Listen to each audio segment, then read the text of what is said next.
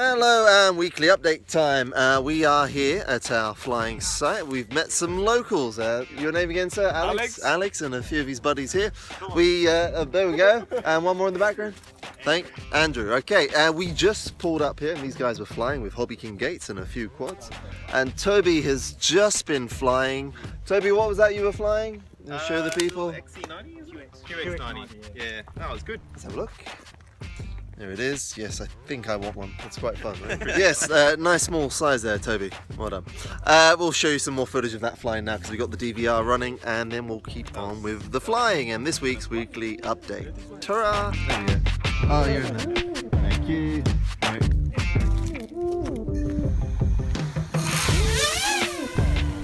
And she's gone.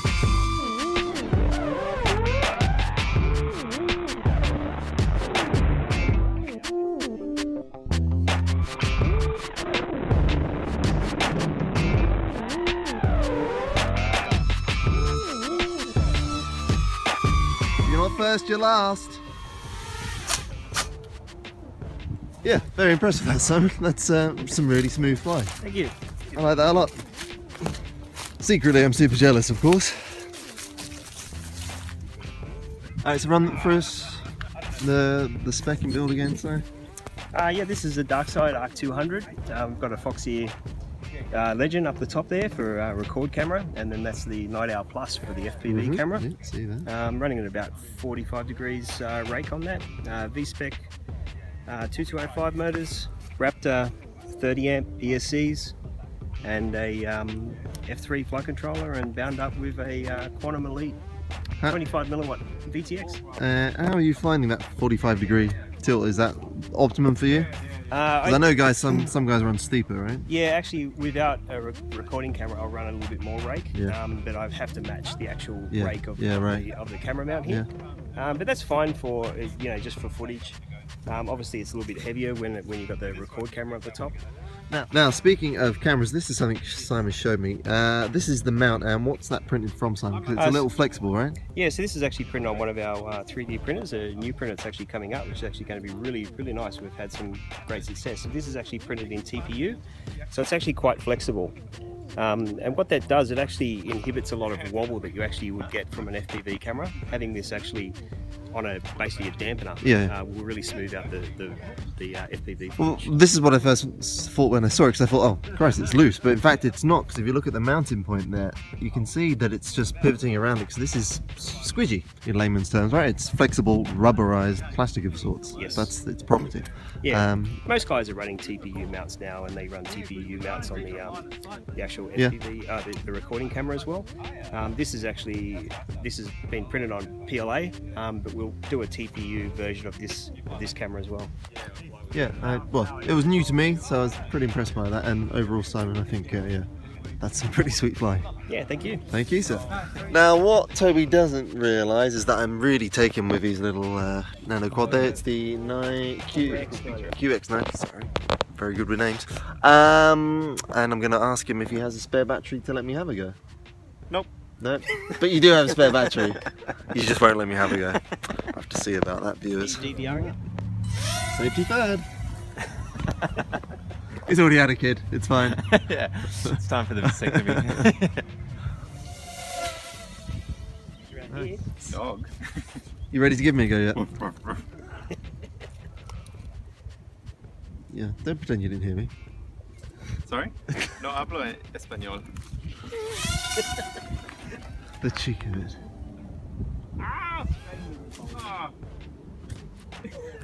So now you're ready to give me a go. I don't know why.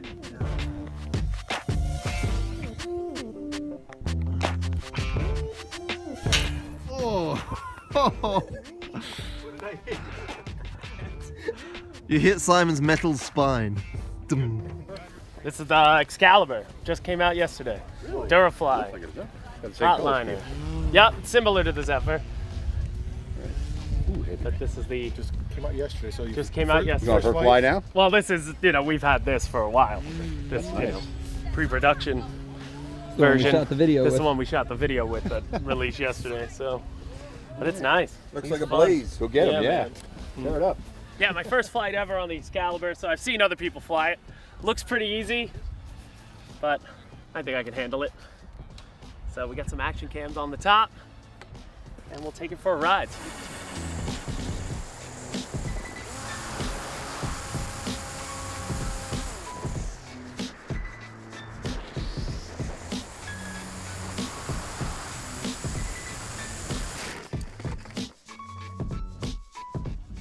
This is the walk of shame.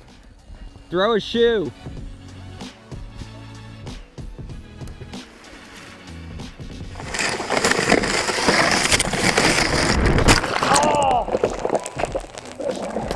He's alive though. He's alive though. Hey, he's alive. He's though. alive. There's your Mobius. He should plug it back in. Oh! Stuart!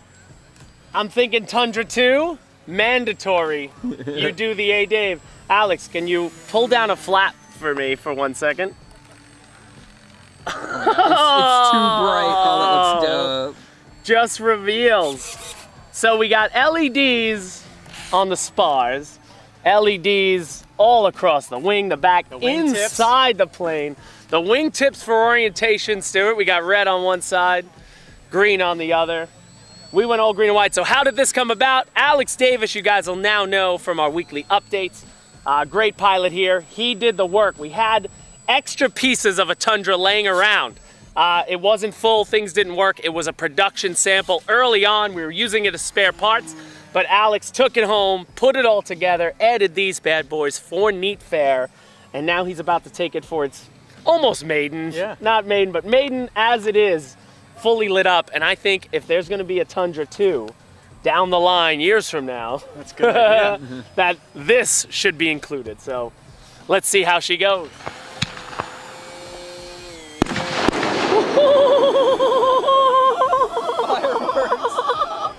Perfect timing. So hey guys, yes, back in the office now. You just got a chance to see. Here's the real devastation. I was so sad when I put it in because I was flying it so nicely. It was my first flight on it, but I just lost it in the sun for a couple seconds. And when I finally caught it again, I pulled down on the elevator and it went the wrong way I thought it would. So getting another one coming, I'll build it up, and who knows, this is gonna go on the wall probably as Hall of Fame, because that's the first time I ever crashed at a show in front of everybody. It was both funny and sad at the same time. But what am I doing, guys? We've been unloading the RV now that we're back in the office. We got to get back to some videos, guys. I know a lot of you have been asking us about these. Alex and I are getting started right away. These are coming very soon. These are those Evolutions. And then we also have those ground stations that we saw people are asking about because we teased them in the Genesis product profile video. We've been teasing them for a while now, guys. They are coming soon. We're getting to work on that. As for the Neat Fair, though, guys, we want to thank everyone, especially Tom Hunt, the guys from SEF LI. You guys put together a great show every year. We went, obviously, in 2013 and 14. Didn't go last year, but we were glad to get back there. We had such an amazing time. We got 3 really great days of weather. It was amazing to meet all you guys. There's so many thanks we could give. Jim from RA Cores, of course, a lot of the other vendors. Wayne from the Swap Shop, Al doing the lobster roll contest. Thank you so much. That was awesome. And then a few of the people who went there who supplied some nice refreshments at certain times during the day. It was much thank you, and I apologize if I forget some names, but I definitely see you guys again, I'm sure, not just at Neat, but at other events. As for what we're doing here, I got another Tundra, building this bad boy up, and then guys, we are definitely going to put together a little video for you because a lot of people were excited about that night Tundra that we were flying at Neat Fair. He is up there now. So guys, we'll be sure to put together a little video showing you how we did that with the LEDs, all the products we use, obviously products that we sell on hobbyking.com. So again, guys, that's it for the Neat Fair. We're excited about it. Thank you guys so much.